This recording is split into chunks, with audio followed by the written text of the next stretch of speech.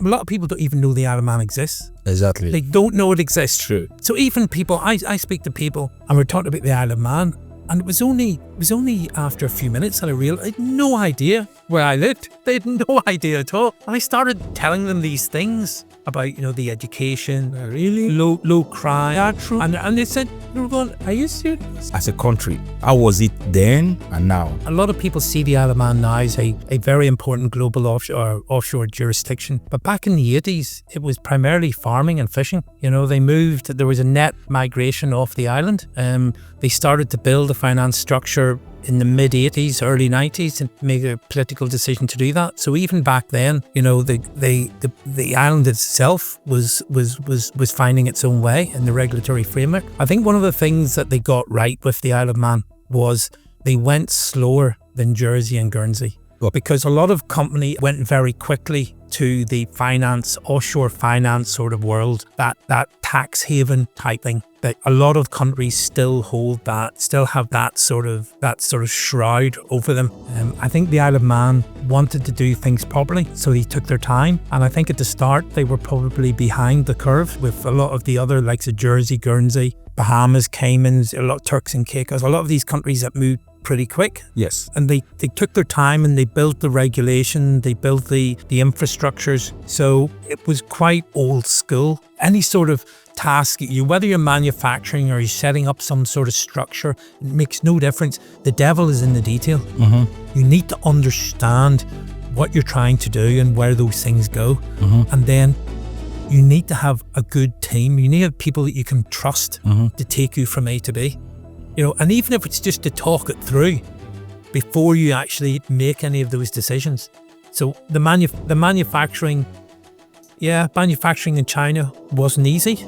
Back in the early 2000s, you had the problems of the quality of materials, quality of raw materials, export restrictions. But everybody does it. People say people build in China, people build in Kenya, people they build everywhere, and they communicate and they move things around the world. Isn't this what happens? 99.9% of the people in this world have no idea how it works. They go to Tesco's and expect to have 6 different types of tomato to choose. They have no idea the logistics. The process is so true, yeah. Actually get it there. So that's all, yeah. Yes, and they never, and it's not their fault. They just have never seen it.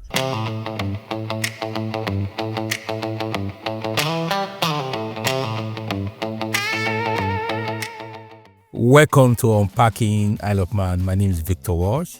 It's an opportunity for you to learn about the Isle of Man, the best place to live. The podcast is about talking about real people from the Isle of Man, give us a reassessment of what the Isle of Man is all about.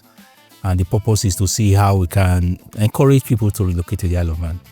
I will believe that in the Isle of Man we possess the qualities that are irresistible and yet hard to find among other islands. Today here with me I have handsome man, very wonderful man, Mr. Richard, who I'm going to be interviewing. He's well schooled, well knowledgeable, and knows everything about the Isle of Man. My guest is Richard Simpson. Richard studied engineering, went on to build a successful career in finance and accounting, including time at KPMG on the Isle of Man. He later spent 20 years in the global steel market before returning to the island to hold senior finance posts. Richard also supported an Isle of Man company through a London Stock Exchange listing, and today he consults for the Isle of Man businesses, helping them to grow and navigate the regulatory landscape. Richard, thank you for joining us. Let's begin. Who are you? Who am I? I am someone who came to the Isle of Man many years ago, 1988, brought me here. My mother and father retired here. I was at university doing civil engineering, came back to the island, not really knowing what I wanted to do. I joined KPMG, spent 5 years there in the finance world. It was in the late 80s or early 90s. It was very, very busy in the Isle of Man. It was still developing as a country, as a finance sector.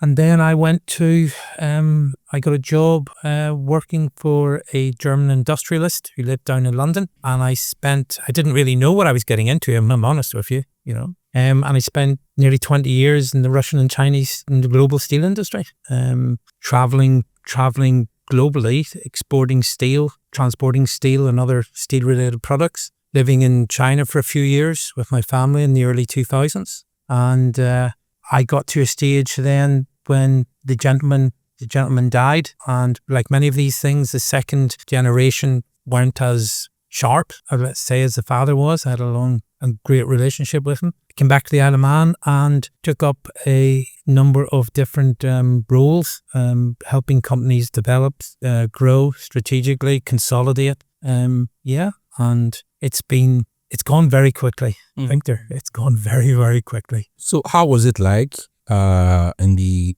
late 80s and the 90s in the Isle of Man, especially the financial sector? And you said about that time the island was trying to develop as a country. How was it then and now? Well, if you look at the Isle of Man, a lot of people see the Isle of Man now as a very important global offshore jurisdiction. But back in the 80s, it was primarily farming and fishing.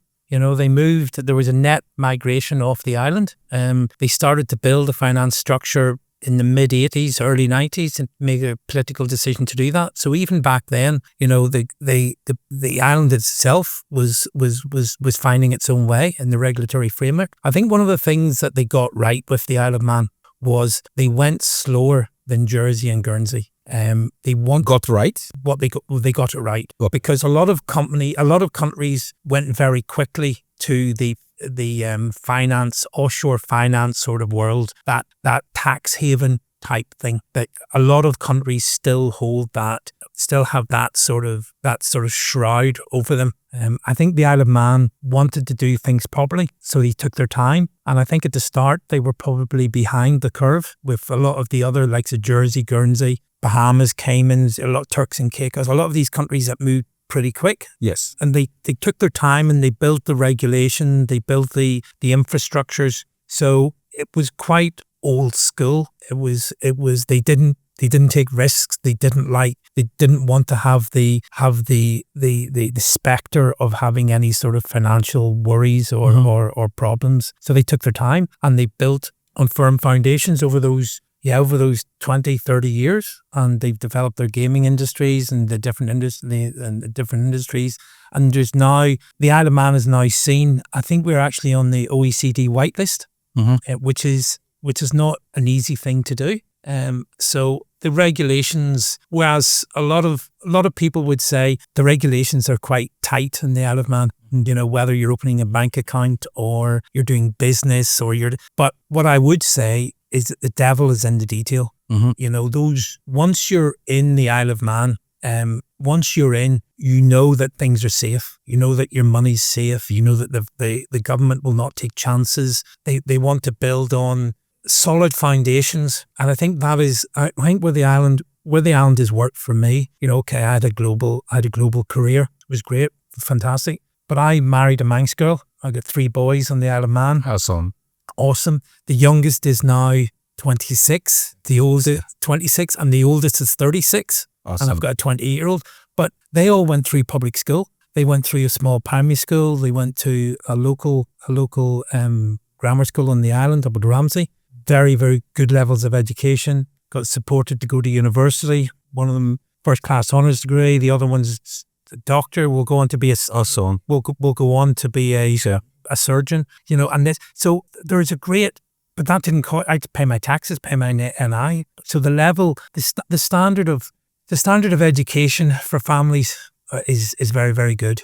And of course, everyone knows our level of crime, touch wood, is fairly low. So the risks that we all see, especially if you travel globally, there are a lot of stresses and strains that people live under around the world, and I think we're very lucky here on the island to have those. And people don't even realize that those things exist. That's true. That's true. But yeah, so I suppose that's Still on the regulation, will you say there's an advantage, it's a disadvantage to the regulation? I mean, be slowing down. You said at the time, I mean, the island is very, very slow. Let's take it that way. It was when it was developing. You have all the other islands that were very, very fast. They were fast-paced. And of course, there was an advantage to that as well. And there's a disadvantage to you being slow. What advice would you have for the government now that we are at this stage? We know that we are compliant. We know that things are moving at our own pace. But would there be any need for us to adjust a little? Adjust from a regulatory framework? No, not regulatory framework. I'm talking about in terms of intentionally see how we can bring in development. I think, and open up the island for more of the visitors, more of the. I think the government now, I suppose it's like any country in the world. You know, I think they have a very balanced position here. I think whether you are an individual, got a family, a company, or a country, if you spend more money than you earn, you're going to be in trouble. Exactly. You know, that is a fundamental economics. It doesn't matter how you structure things. I think the island recognizes the need for change. It brought in 20 years ago. It started investing in the offshore, the gaming. There are a number of other industries that they look at. We don't have the restriction here that likes of Jersey would have on homes. If you want to buy a home, there's a lot of entry level restrictions in regards to going to certain countries. On the Isle of Man, those aren't here. That's not to say that they will not come in at some stage, you know. But at the moment, provided you come, there are no restrictions. You want to buy a house, you buy a house. You want to get a job. You know, the work permit system is fairly open. We have fairly low unemployment. Obviously, it comes down to the individuals and the industries and what people's backgrounds are. You know, there are a plethora of different entry benchmarks that need to be got. But I think as a country to do business in, as you say, OECD whitelist, well structured and well respected. So movement of funds, it's a good place to have them offshore. There's a lot of people even now in the UK every day. I've got friends that work in the tax business and they are inundated with people from the UK wanting to move to the Isle of Man, simply because, you know, not only because of the tax regimes, but also simply because of the quality of life. You know, they want to be able to walk down the street from one end to the other, no worry. Mm-hmm. No worry, yeah. Safety. It's safety. And that, I think safety is becoming more and more that intangible. People value a lot more. Very, very important. Very, very important, yeah. Even people in the UK that maybe wouldn't have done it in the past, wouldn't have seen that intangible benefit. You know, obviously if you come from countries that are more challenging, have got more challenging social and historical, you know, situation, you recognize it. But I think more and more people are seeing, a lot of people don't even know the Isle of Man exists. Exactly. They don't know it exists. True. So even people, I speak to people, even now, a month ago, I was sitting at a dinner table in the UK, and we're talking about the Isle of Man, and it was only after a few minutes that I realized I had no idea where I lived. They had no idea at all. And I started telling them these things about, you know, the education, really low crime, and they said, they were going, "Are you serious? Where is that? Well, where is that?" I said, "Well, it's about 60 miles from where I'm sitting right now," and they couldn't believe it. It's not something. So I think it's not something that's well known or broadcast. Yes. But, you know, for the people there's very few people that you will meet, especially business people, that would say you can't do business on the Isle of Man, because, you know, I've just come down for a meeting here, went to the tax office. So I went and spoke to the person in the tax office. Yes. You just sit and talk to them. Yes. And you get your problems sorted. Yeah. You're not caught. Yeah, no complexity. Like you do the same with the VAT office. Yeah. You just go in and sit down, you make an appointment and see somebody. They give you free consultancy, telling you what you need to do. Yeah. And you do it. Yeah. It's and that can be quite alien. Yeah. Even in the quite UK. alien. I agree. I totally agree. Try to get everything done. It's you know. Also, let me take you back a little. You have background in engineering. Yep. You work with KPMG. Yeah, accountancy and finance. Then you have very strong background in steel industry, engineering, yeah. finance. Finance, yeah. Tell me about it. Manufacturing, pardon?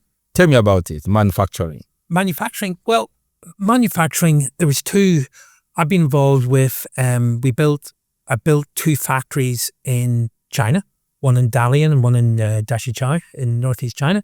The manufacturing, I think one of the things that we headquartered here, as I became the global CFO, so we headquartered on the Isle of Man for tax reasons. It was very straightforward, but it was also a very good place to do your banking. All the major banks are here. You can set up your LCs, all those things that you would require in a global business. They're all here. You know, a lot of the banks can provide those services. Whenever you were doing the manufacturing is when you build a factory, the first factory that you build, you put it on a spreadsheet and you put it on a PDF and you put it on the wall, but getting it off that wall and getting it into the actual factory, actual factory, that's a big learning curve. So the first one I did was 50-60% okay, but there's a lot of learning. But it's the same with anything. It's the same with any sort of task, whether you're manufacturing or you're setting up some sort of structure, it makes no difference. The devil is in the detail. You need to understand what you're trying to do and where those things go. And then you need to have a good team. You need to have people that you can trust to take you from A to B. You know, and even if it's just to talk it through before you actually make any of those decisions. So the manufacturing in China wasn't easy. You know, back in the early 2000s, you had the problems of the quality of materials, quality of raw materials, export restrictions. But, you know, everybody does it. You know, people say, you know, people build in China, people build in Kenya, people build everywhere, and they communicate and they move things around the world. Isn't this what happens? Yes. 99.9% of the people in this world have no idea how it works.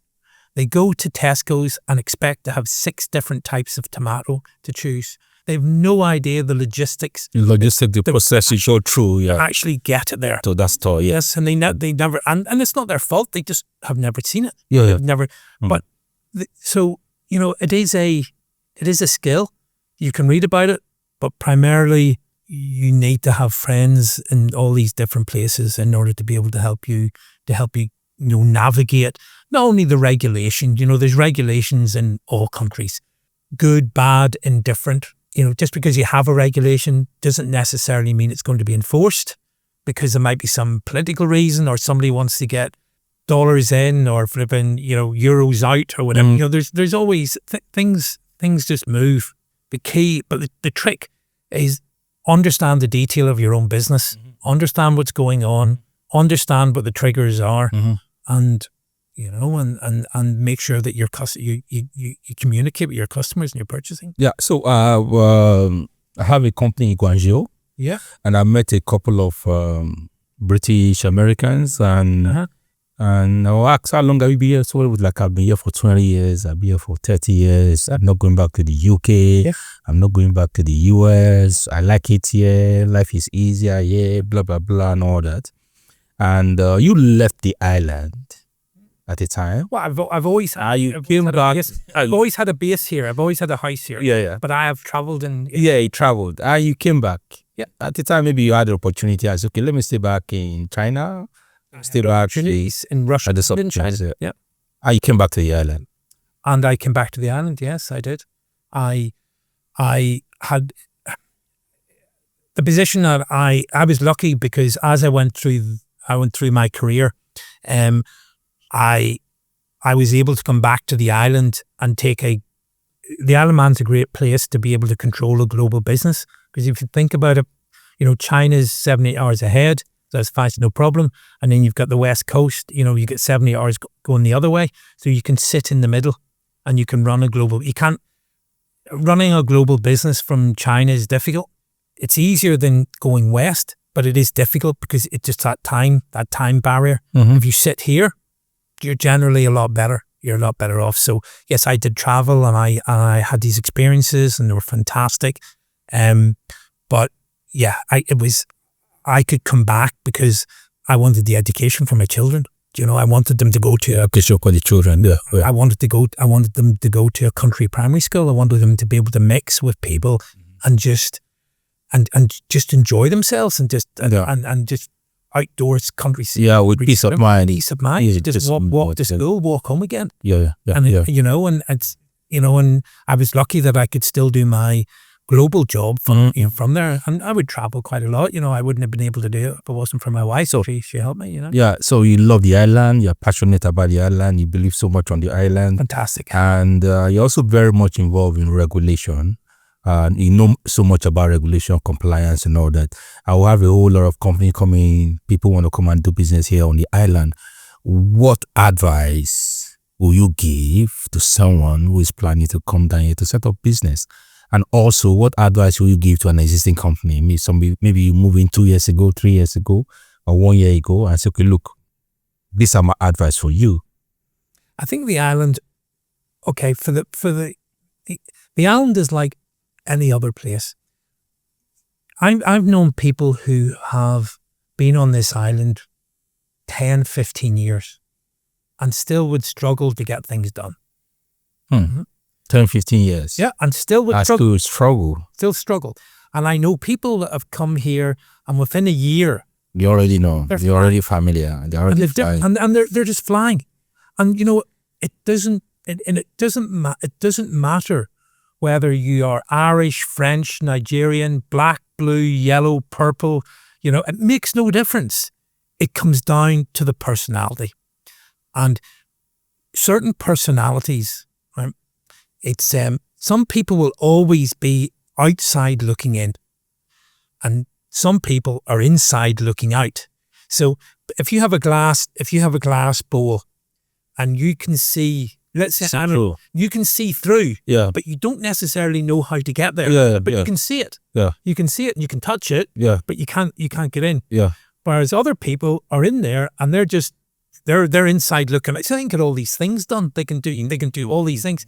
And I think a lot of it is state of mind, because and taking time to meet people, because there are so many different people on this island.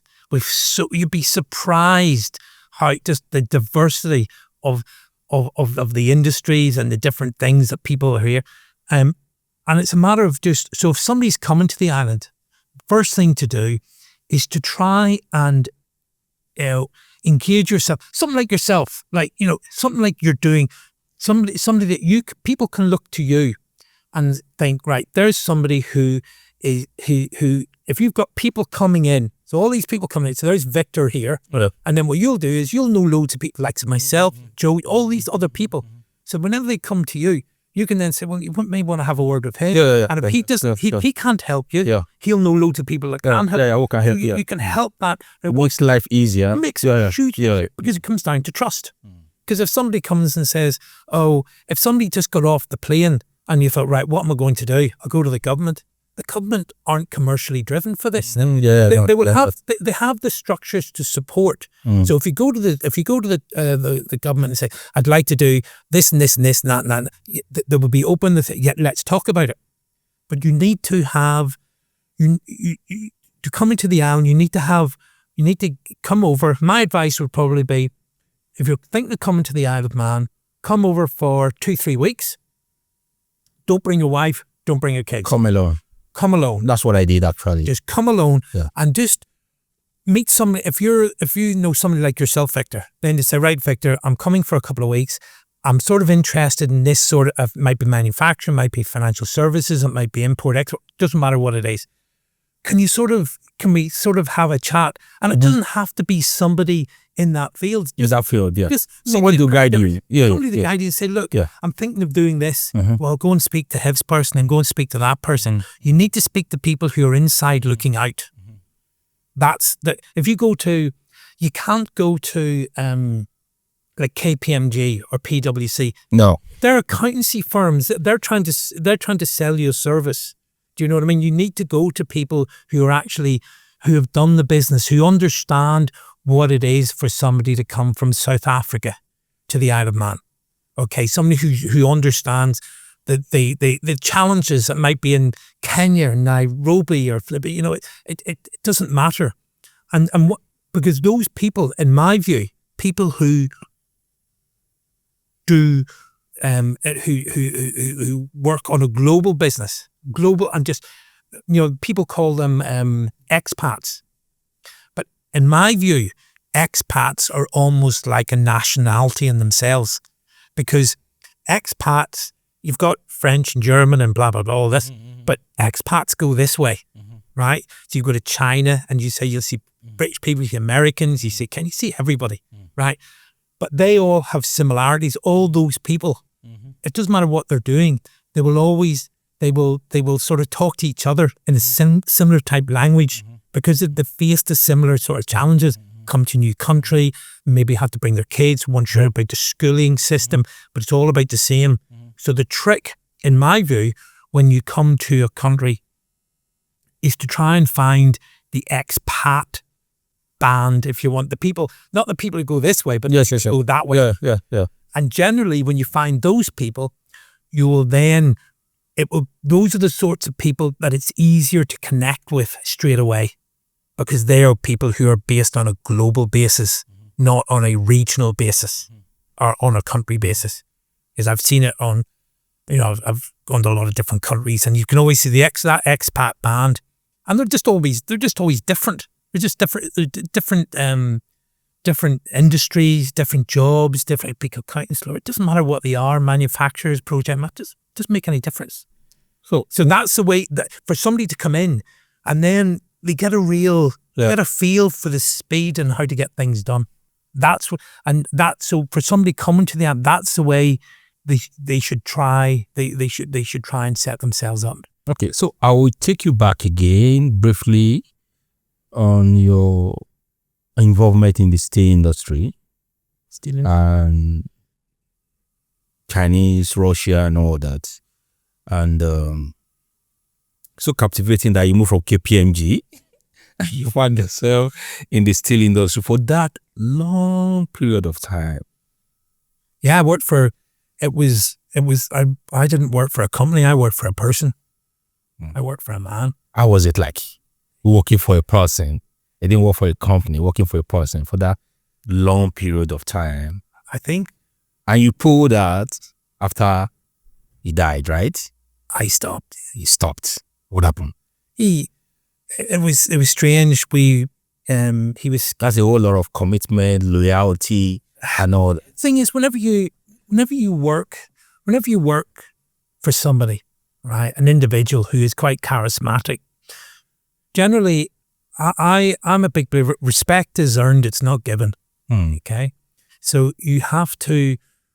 I'm not saying it was plain sailing all the time in these places, like but whenever you've got somebody who's prepared to be in the trenches with you, right, who's there, going through those tough times, you know, whenever we're having to negotiate or a ship was late or something, who's actually there wanting to make a difference at the coalface, that gives you loyalty, you know, respect, loyalty.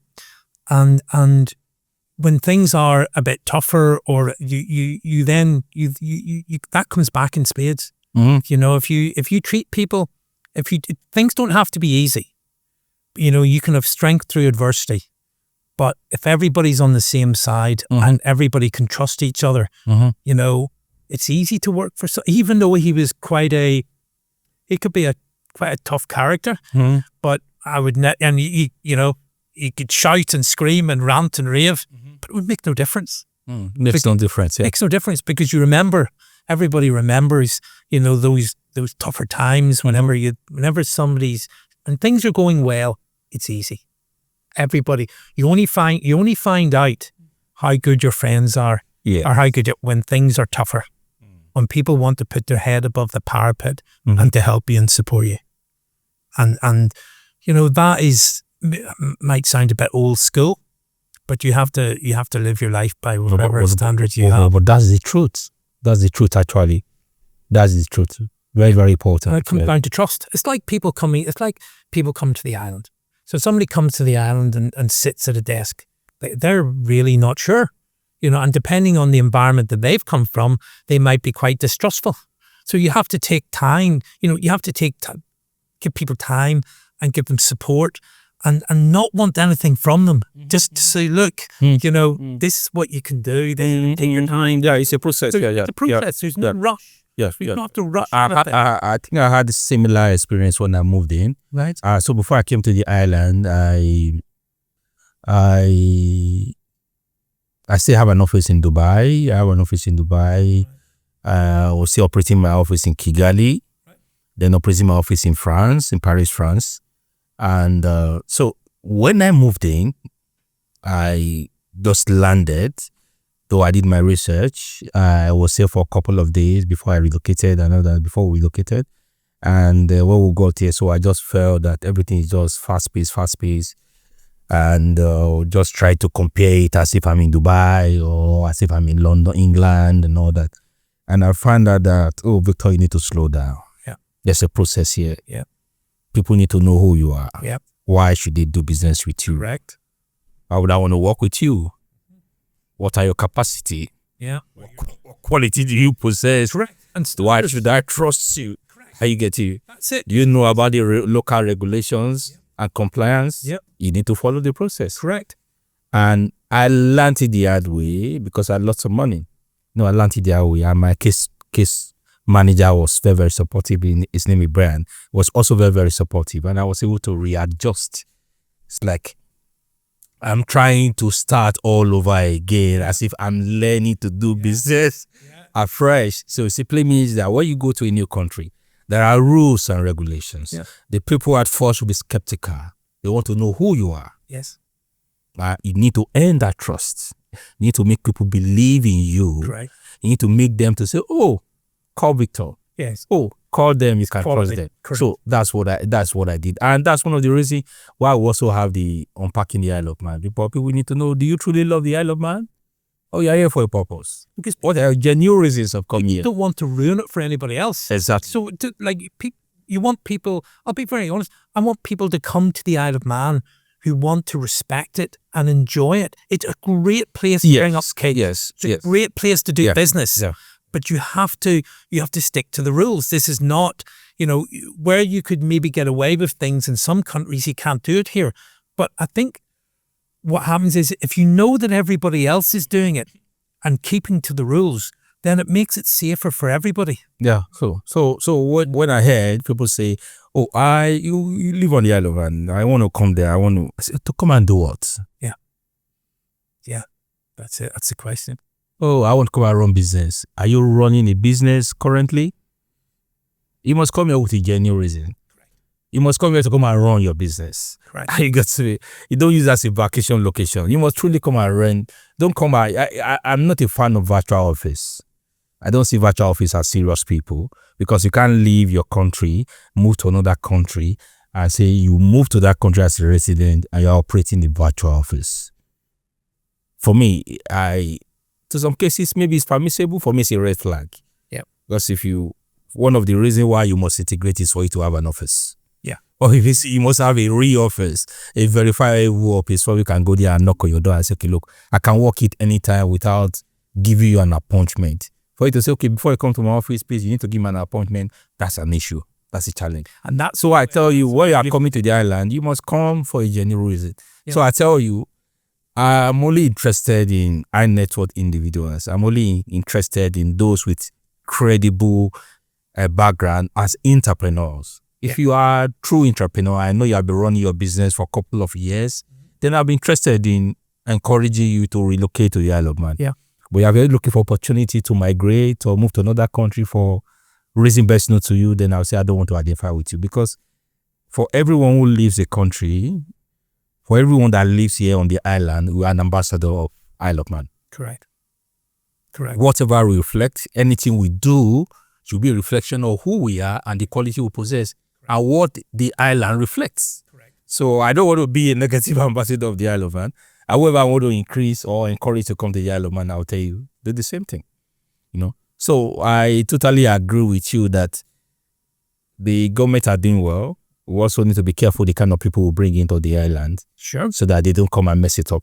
Well, they don't want Mess it up for us. And as I said, I think the island is not, sometimes islands can be quite parochial. And what they can do is, they're worried, like I'm from Ireland, right? Okay. So I remember when we came here in the mid-80s, there might have been a thing about, you think, oh, if I had gone to England, oh, the Irish in England, oh, no. But you come to the Isle of Man, and they didn't mind. They don't mind. Don't care. They don't care. Yep. But they treat people Same. the same. And there isn't the bigotry that I've seen on a lot of other countries and around the world. And I'm not talking just about, the color of your skin. I'm talking about whether you're American, French, Chinese, or flipping the way people look. And I've seen a lot of it. But I have to admit, I don't see it here. And people are just, I think people are the people who are probably have the strongest views about having the right type of people come to the Isle of Man are the people who have come here in the last 5 or 10 years. They just look, they're very, very, very, very protective. People who have moved, the people who are probably the most protective in the Isle of Man are the people who probably moved here in the last 5 to 10 years. I think I agree with you. But they don't mind. They don't mind saying it. They'll just say it. Yeah. And I think that's what that approach engenders people to them. You know what I mean? Because you just think that's a norm. They've got art. They're covering our backs. People don't see the development of the Isle of Man as somebody's responsibility. It's all of our responsibility. Responsibilities, yeah. Collective responsibility. Fundamentally, you can have a business, you can be an entrepreneur, but you're going to have a wife probably, and you're going to have kids. So you want to have your wife happy and your kids going to school happy. That's what you have to do it for something, right? So generally, that's at the end of the day what you'll want. So in order to protect the community, that's what money's money. That's mine. But you need to have the right people. You need to protect a community so that you can be pleased and comfortable to bring your kids up.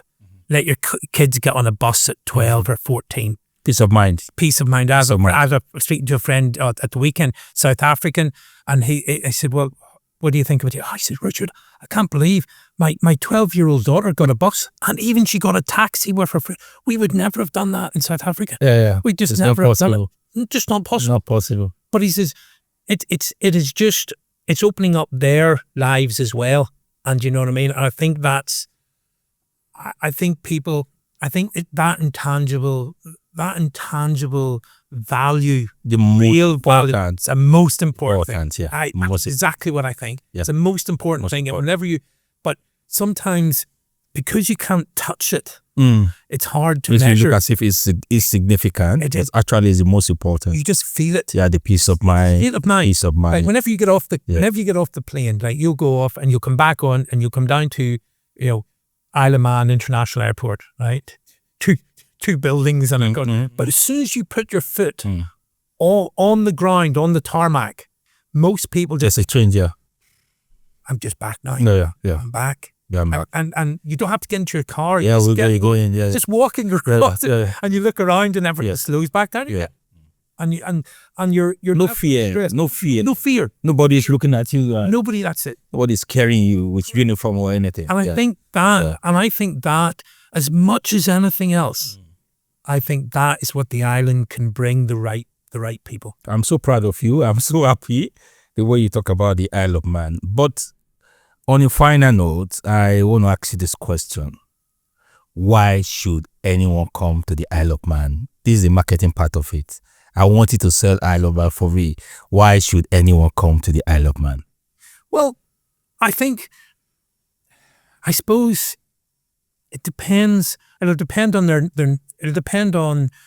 there'll be a lot of people looking at the Isle of Man and have their own specifics, right? Because whether they may mindsets, but they may come from Canada, they may come from Africa, Southeast Asia. Everybody, even if they're all looking at the Isle of Man. The Isle of Man might be the Isle of Man, but they will all have their own individual families, right? They're going to have their own challenges with maybe education, with crime, maybe not crime, maybe more education. There may be persecution. You never know what people are living in, right? You don't. So it's hard for me to. It would be hard for me to speak to somebody in Canada or somebody in Kenya or somebody in Nigeria or somebody in South Africa and tell them, look, your country's like this, come to the Isle of Man. I couldn't do that. What I can do is the one commonality in this is you've got all these countries, but you've only got one Isle of Man, right? So if I was to say, I would look at it not from their side, but from the Isle. Only one Isle of Man. It's only one Isle of Man. So I'd be saying, look, it's not what your families or your conditions are like. If you want low crime, if you want your children to be safe and not peace of mind, and have peace of mind, if you want your wife to be able to walk down to the street and not have hassles or not been hassled for anything, good education, if you want to have if you have a business that you can run on a global basis and it is transferable, you'll have all your OECD whitelist. So if you can get on whatever rules and regulations, because it will be different ones for different different companies, yeah. If you can manage to traverse those and get through and get onto the Isle of Man, then you're moving from a business side into an OECD whitelist. So, and all the stuff, regulation, banking, all that safety, all that stuff. It's a package. It's a package. But generally, and I don't want to be sexist, but generally the guy will maybe be the entrepreneur with the money and all the rest of it. And he has to look, because if his family is not safe, if his family are not happy, this is much more difficult. You need to have this happy. So the way I would sell the Isle of Man is if those things are important to you, if that's where your benchmarks are, then the Isle of Man to me is a place you should at least come for 2 to 3 weeks, have a look. Don't believe me. Come and see it for yourself. I've no problems talking to people when they come over. I know a lot of people on the Isle of Man. I've been here for, I say, nearly 40 years.